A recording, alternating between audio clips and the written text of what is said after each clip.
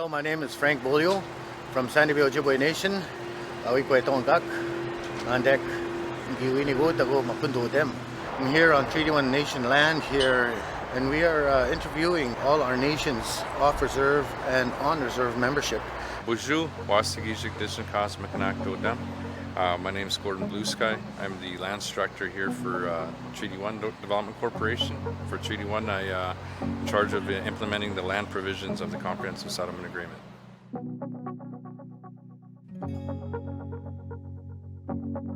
Treaty 1 was an agreement signed between ourselves, our nations, and the Crown. For me, it's a table that was set this year will be 150 years ago to establish our relationship with the British Crown, and from there it's a sacred agreement from our people's perspective that we've had here within our territory.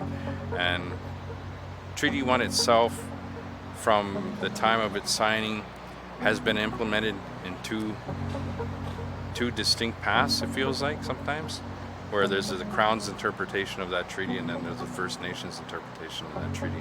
And from my perspective, Treaty 1 was a relationship that we developed, a governance relationship as well with the Crown in terms of our relationship.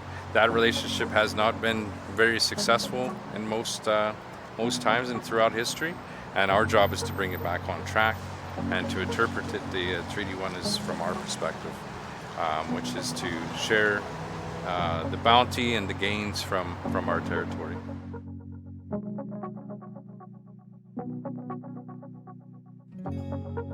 Well, I think the number one thing is that there's the settlements within our Treaty 1 agreement are rights that were identified and protected by Section 35 of the Constitution.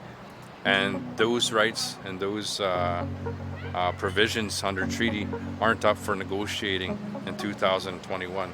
Our perspective is just to allow our rights to proceed along with us within our agreements and with our relationships with not just the federal government, the Crown, and the provincial government and municipal governments, but onwards into the future, given that our treaty relationship is defined through that document.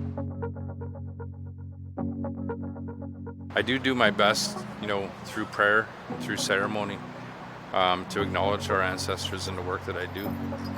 And like to, and I also, every day, and definitely with my job, I give thanks for them acknowledging us, doing the work that they did 150 years ago to ensure that our rightful place in society was well defined then.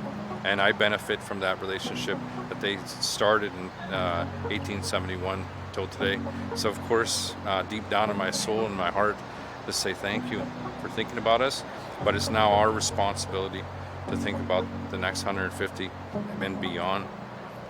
Just like to acknowledge the idea that we are all treaty people, and developing that relationship between the First Nations and the settlers.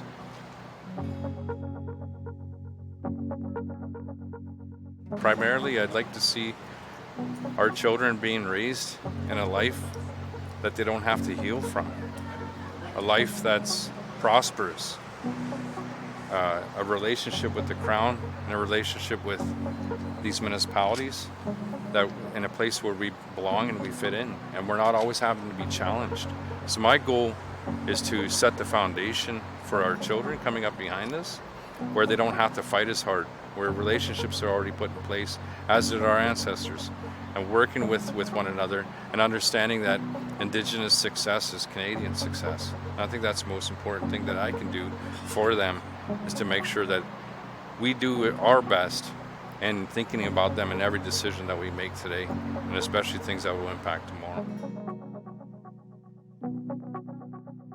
Well, I'm a fisherman, and I know in Brokenhead itself we got some of the best fishing there is in all of Manitoba. Caught a lot of monsters. We have probably the best fishing derby there is during treaty days, and I'm currently the reigning champion of Brokenhead's fishing derby treaty days.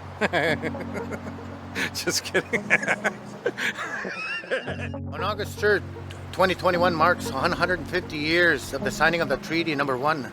The Treaty 1 Nation, along with T1DC, TRCM, and Parks Canada, will be hosting 150th Treaty Number 1 commemoration. For update information, follow us on Facebook, Instagram, Twitter, and LinkedIn. And check out our website for a list of events. And thanks for watching. Miigwech.